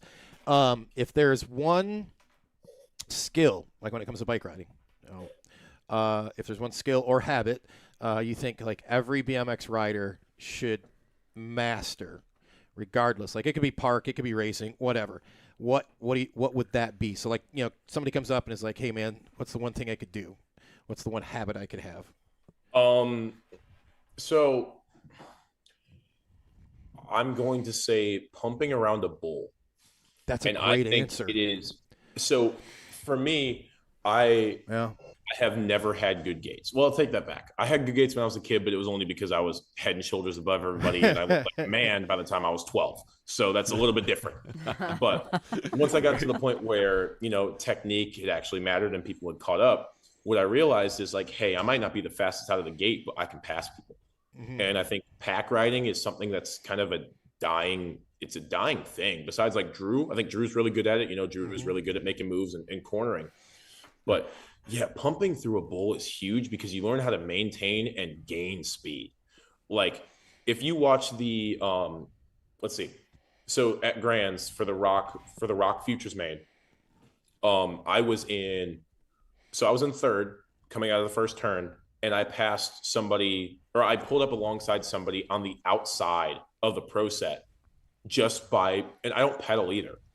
You watch me, I tap over the first jump, pump so hard that I gain speed, tap the second one basically, and then just, again, maintain speed. I don't pedal at all, but I pulled up alongside people because I've learned through all my years of riding freestyle of how to get my body low, how to put all the energy into the backside of the lip or into the backside of the landing. And I gain speed. I'm faster by not pedaling. Yeah. Okay. Just because of what I've learned from riding a bull. So I think that's a huge skill that people forget, because bike control is also something that I feel like is a dying breed in racing. I would say bike control, maybe not bike control.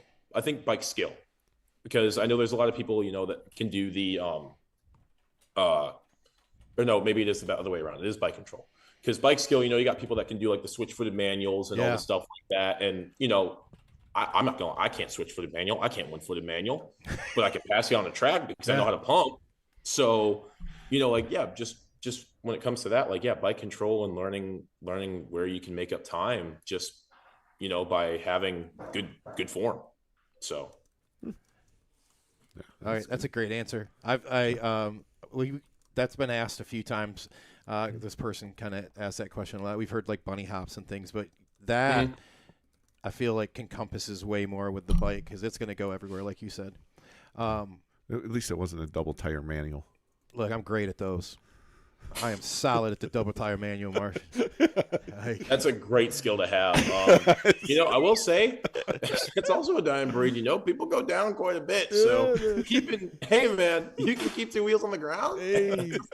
Hey, you finish the race. You finish the race. When you get old, I'm older than him, I look at like guys. those 6 and 8 year olds, and I'm like, all right, I can ride like that. I ain't got to leave the ground. I'm good with it. Let me reclassify real quick to 6 and under expert, or whatever. I'm still gonna get beat. They're so fast. They're not scared.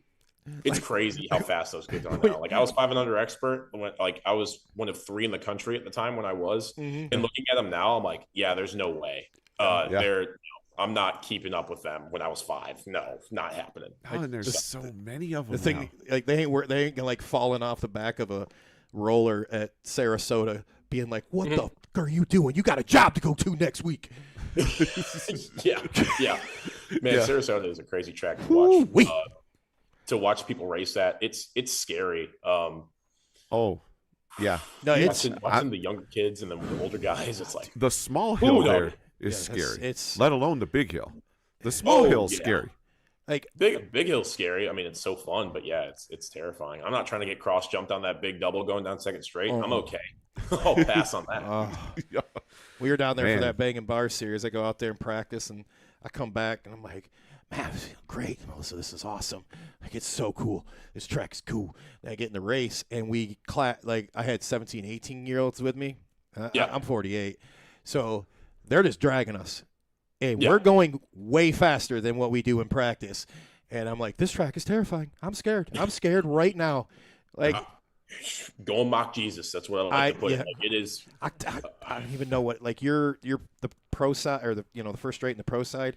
No, yeah. Like no. I don't think there's a faster track in the U.S. I would find it hard to really.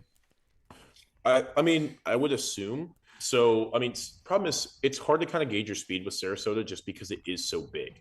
So, ain't no lie. You feel like you're going fast, but when you're on like the pro side, like the jumps feel so big that it kind of just feels like you're going normal speed, if that makes sense. Like everything feels adjusted to scale, so it makes sense.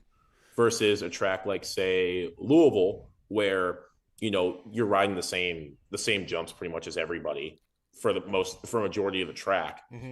Louisville, you feel like you're moving. Like that second turn is scary because of how much momentum you have going into the second turn. It's like holding on for dear life and praying Jesus takes the wheel and doesn't let you die.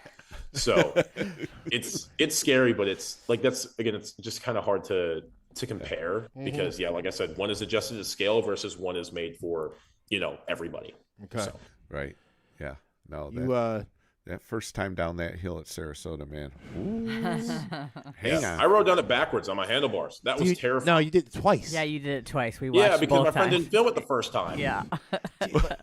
What the flip was up with that, dude? Like down the big hill? Yeah. No, down the 5 meter, but still, the whole track. Bro, he went backwards. Yeah. He was on his handlebars setting backwards. Oh, yeah. Okay. Yeah. All right. Yeah. No idea where I was going. I mean, I was looking backwards, but it was terrifying. And on the first attempt, my wheels started to like skip a little bit going down the fishtail, going down the hill. And I'm like, I'm dead. This is it. Yeah. I couldn't watch I see the light. This is it for me. I've had a good run, 19 years. It was cool, but this is it. I couldn't watch you go down the starting hill.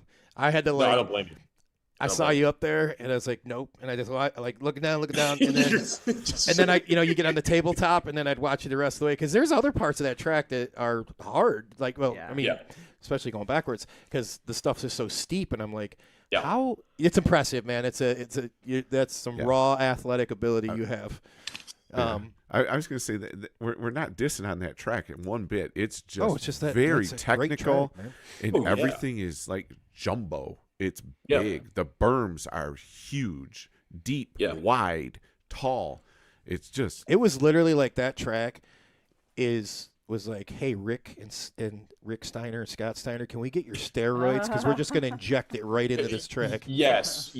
All the adrenaline, all of whatever else is going into their bodies. Like, it is the epitome of what a supercross track is. It is huge and it is fast. Yeah. So I think I love that track. I haven't heard anybody use that word in a long time. Epitome? Yeah. Epitome. Yeah, hey, there you go, school kids. Yeah.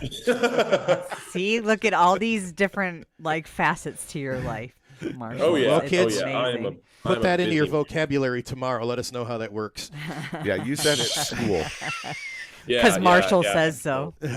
Yeah, and oh man, I can just imagine kids saying it in the wrong sense. I'm going tomorrow at school. I'm going to. No idea what you're saying. Oh yeah, I'll screw it up. So you mentioned that you were doing online school. What are you studying? So I changed my major from media studies to business marketing now. So Smart. yep, Smart. just trying to if I'm going to be in the sport for the rest of my life, which is what I want to do. I want to grow the sport to the point where it can be something that I can do for the rest of my life. Yeah. Obviously not racing, but be a part of it. Then yeah, I feel like having business marketing in my tool belt from Lindsay Wilson is a good way to help me go forward in that facet of my life. Yeah, that sounds like a natural flow. Yeah. Just yeah. kind of listening to you and all the marketing ideas and stuff like that you've already kind of lightly touched on. Yeah. You can tell your brain works again, that way. Yeah. I have so many ideas, but I need the push and the knowledge to get them put into fruition.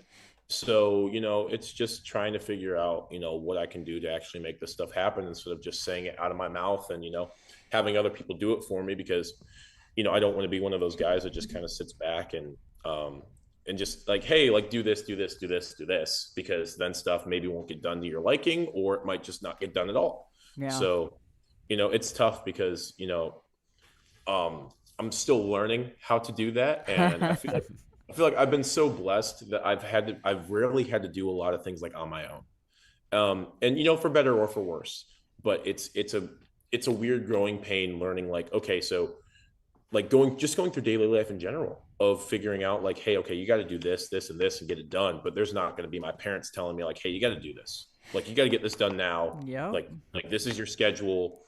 And I'm not saying I was babied as a kid because I feel like that's far from the truth. I still had to grow up, but it was in different parts of my life. It wasn't necessarily in, like tough love, grew up on your own, like do this on your own. Like my parents were very supportive through it all and helped me a lot. So it's a different way of learning through stuff. You're in a very transitional time in your life. Very much so.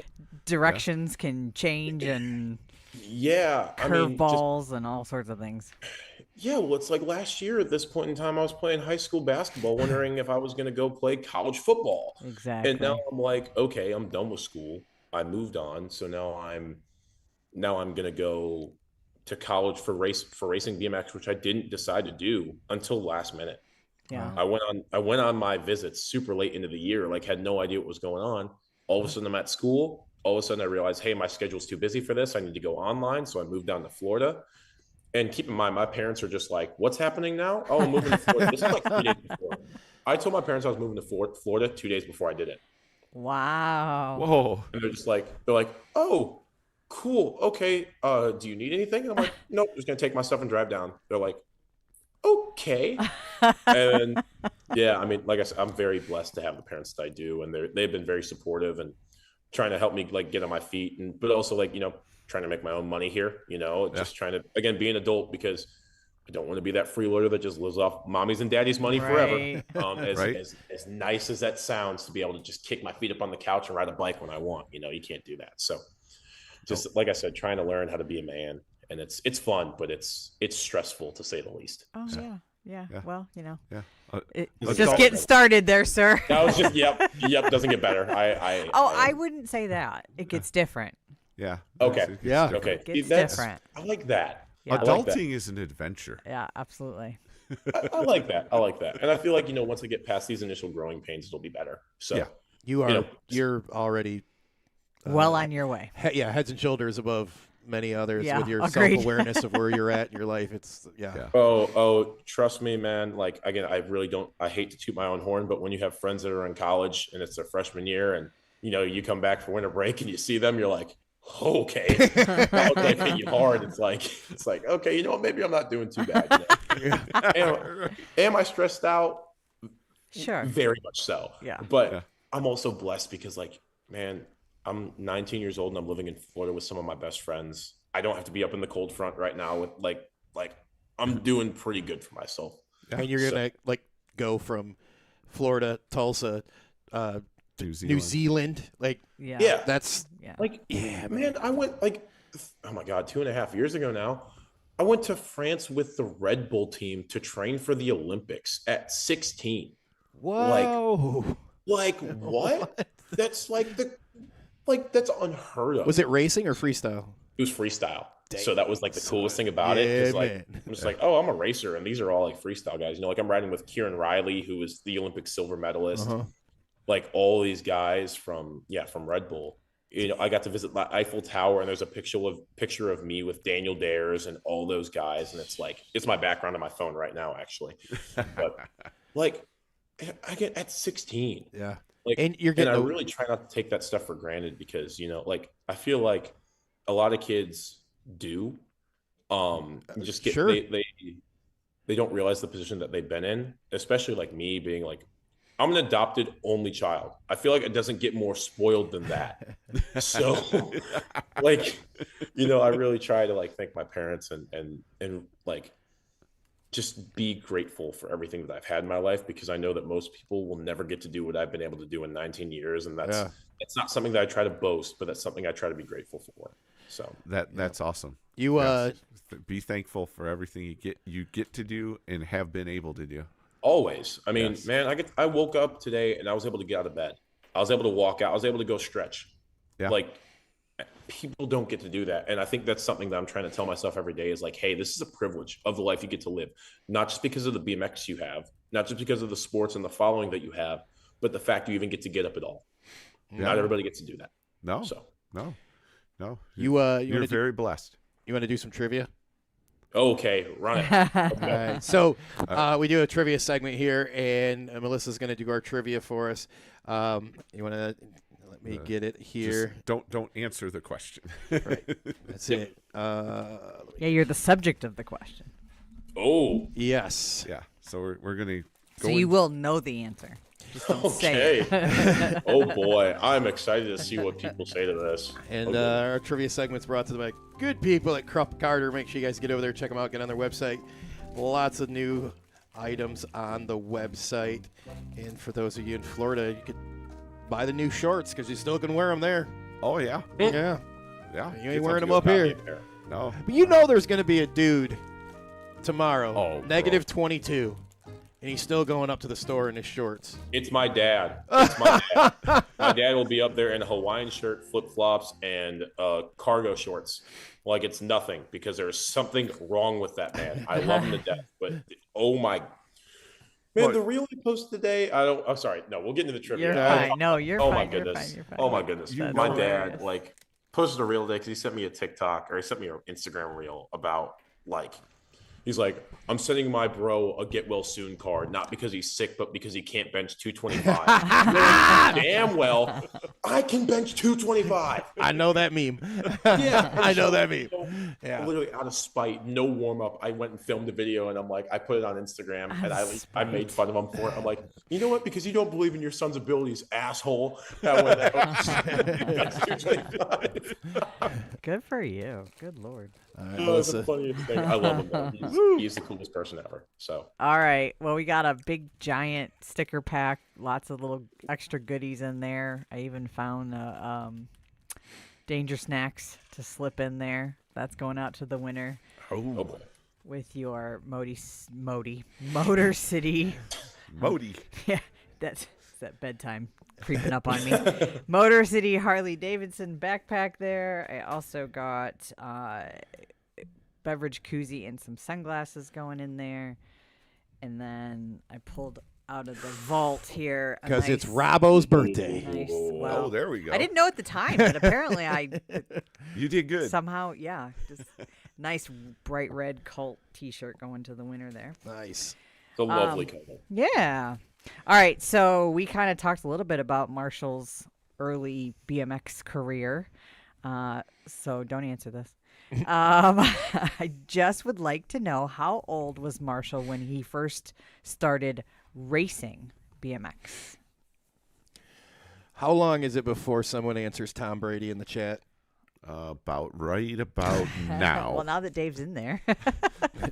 We got a guy, that's his answer every show, Marshall. Oh, Tom wonderful. Brady. Yeah, that's sick. Or is he toting the line of that new quarterback for him? Oh, I don't. It's funny how when you see some of the side-by-side comparisons, how ironically alike they are. Yeah. Did he go to University of Michigan like Brady did? No. I don't know the answer to that one. No. I mean, did Tom Brady really go, or was he just there? Yeah, he went He to played. Nova. I feel like Tom went. I feel like Tom was one of those Think? guys that was actually there because Okay. he didn't start right away. You know, like he had to work. Oh, his way you're up. right. So he was definitely there. He was definitely a student athlete. You know, he wasn't a blank athlete. You know, Yeah. there's no student a part of that. He didn't have some kid in the backside doing all the homework for him. What's that Oh yeah, quarterback one there of my friends at Michigan right now? What's that kid? He's I like have no what? idea. Like Underwood. Underwood? Like you know that Dude, dude. he's don't- not doing nothing. He- He's probably online he's collecting classes. He's probably paying somebody $8 with million $10 million NIL deal to do it for him. Yeah, yeah. What's he get? $7 million a year? I'm like, It's 10 million. It's 10? ridiculous. It's Why would you bother? Okay, real Just quick. go pro. Oh, sorry. Marshall, is Eric G-Man your dad? Oh my God, is he in the chat? Yeah. Okay, well, I'm going to do what he tells me because I'm going to guess. Oh no! He says, Don't do that. tell, he says, tell him I started benching 225 when I was 4, and that's why I'm tough on him. Bro, with AI, he can make that video. We'll never know. We'll never know if it was him or not at 4. Started benching 225 when he was like 4 times my age. Is that what he means? I think that's all I got from that. You know, like, oh man, That's very he's got to be funny. close. He's got to be near the 100 mark at this point, man. Like he's got to be. Ouch. Drake May. Drake May. is That's the Yep, quarterback. yeah. Yeah. I couldn't remember. Drake May. No, Okay. Drake May. There you go. That's Yeah. the kid's May. lingo. Yeah, Yeah. His nickname. His nickname is his name. that's too funny. Oh, that dog. Just up there just crying. Yeah, $10 million to play college football. That's insane. It is pretty Mhm. insane. I don't. It is pretty insane. I'm not going. That's a whole nother show. yeah. Yeah. Oh Definitely, yeah. Oh yeah. Don't definitely. even. Marshall, you want to come back? We'll talk NIL. Honestly, What kind of bullshit? I can talk. Yeah, we can talk other sports for a hot minute. I will definitely come back Well, and do shoot, that. we That were would be fun. talking WWE, Supercross. We've all been that around stuff, the man. We've around been- the oh, Oh world. yeah. All around the bush. You know, multifaceted. You know, we're not just BMXers over here. We're people. That's right. Right. We pay attention to other things. There's your Actually, slogan. Yeah. Yeah. There we go. Yeah. I will say though, a lot of BMXers don't pay attention to other things. It's kind of funny. Like whenever I try to talk about like It's one or the other, right? They do or they Yeah. don't. Like they're so Yeah. into it over here. You're like, hey man, did you watch a Supercross race last night? What's that? What the? Did you what? What do you mean you don't know what Supercross is? Like, nope. yeah. Nope. Like, It's that's crazy. It's man. rough. And then you have kids that like never did any other sports. Like my biggest thing is like Gage Gomalicki. Gage is basically my height, and he's 225 pounds and athletic as crap. Never played football. What? Never played any other sports. And I'm like, how? How did you just ride a bike? That makes no sense. That makes no sense to me. Some people dive all the way in, I guess. I Yeah. guess so. That's going on. We got a winner. We do. We do. Actually, I have lots of correct answers, but the very, very first one, I think. Well, Marshall, how old were you when you started racing? I was 4. Yeah, I thought your dad gave a little cue there, or clue. Yeah. But Chad Thomas was the first one over on Facebook to All get All 4 right, years old correct. congratulations, So, Chad. Chad, if you could message the show your home address, we'll get that price pack out to you sometime. Those of soon. you guys waiting on them, they're right here. We just literally got to get it 5-10 minutes to run up there and mail them. Yeah, there's Yep. a handful Good job, of 'em. Chad. That's it. Good job, Chad. Yeah. Yeah, you want Yeah, thanks for tuning in, and lots of right Absolutely. answers. Lots of close, little 5s and 6s, but quite a few 4s. you want to let them know who's on next week, Chris? Sure. You can slaughter that name. Yeah, I will. Great. They aren't gonna come on, dude. So next Wednesday, our guest is going to be Rylan Yep, Bricker. Riley. He is the Race for Life highest earner, or collected the most donations for the Race for Life. Yep. And multiple awesome. years, Yeah. right? Isn't Yeah. he the same 4 or one? 5. Yeah. It's crazy. He must I'm have a interested. collection of bikes. I'm Because interested. isn't that what yeah. you get You a get bike when yeah. you do the whole? You're Plus, the biggest you, one. you get your grands paid for. That's true. Yeah. Do you really? That's Yeah. a cool. Yeah, if you're Dang, top I should- fundraiser, you what? get your I grands should've- paid for. I should've been doing Well, this. there you go. See, Right. There's, I believe, I could be wrong. I think you get like the obviously the entry fees. I think they toss you a hotel room too, or something like that. Like it's a pretty good. That alone's sure. like that before you get the this year as a send it. Like before you get that, like winning that is a solid win. Yeah. That's a lot of money saved, because I know some people were talking about how, like, going back to the Chili Bowl, like a week at the Chili Bowl is less expensive than the few days it is to be at Grand's. So Really? yeah. It's so, like, in the 5 years we've been doing the show, I remember when we started, Colin would be like, you know where they're going with the Colin Grands. Styles. It's a Grand to stay out there. I'm like, that's on the, like, that ain't no, I wish you could be that right now. To go to Grands for a grand, like, good luck. You're sleeping in your car for that. Right. Yeah. Yeah, no, it's not cheap. No. Man, thank you so much for taking time. I know you're super busy, man. Thanks. And again, thanks for the flexibility of moving from last night tonight, man. We really appreciate it, man. I'd love to have you back on. Yeah. Yeah, this was a lot of fun. I enjoy it. I honestly, I've never really gotten to do this. So at least I haven't done it in a long time, where I've been, kind of a little bit more mature and know what's going on. So man, anytime, just hit me up, and I'd love to come back. Perfect. On. It's a lot of fun hanging out with y'all. Yeah, you're wonderful. welcome to hang out with us anytime. If you got something going on, you need to get the word out, let us know. We'll throw it in our social media, all that fun stuff. Thank you. I appreciate it so much, man. Absolutely. Work on those T-shirts. Yeah. Oh yeah. Yeah, you get those shirts going, let us know. They're basically done. The decal is done. It just needs to be actually now sent to the guy who's going to get them sent to the printer. So Perfect. There you go. Beautiful. they're done. We're ready. Good deal. If you can hang out 1 second, we're going to sign off here. Hang out for a second. All right, man. So, It's a good you ready? time. Yeah. All right. So we'd like to say thank you to Marshall for hanging out with us tonight. We had a great time talking everything from wrestling to Supercross to BMX, man. So that was a lot of fun. Everybody, make sure you come back next week. Like we said, we're going to have Ryland Bricker is going to be our guest. And we'll see you then. Everybody have a great week. Stay warm. It's chilly up here in the Midwest, so stay warm. God bless you, and we'll see you next Wednesday.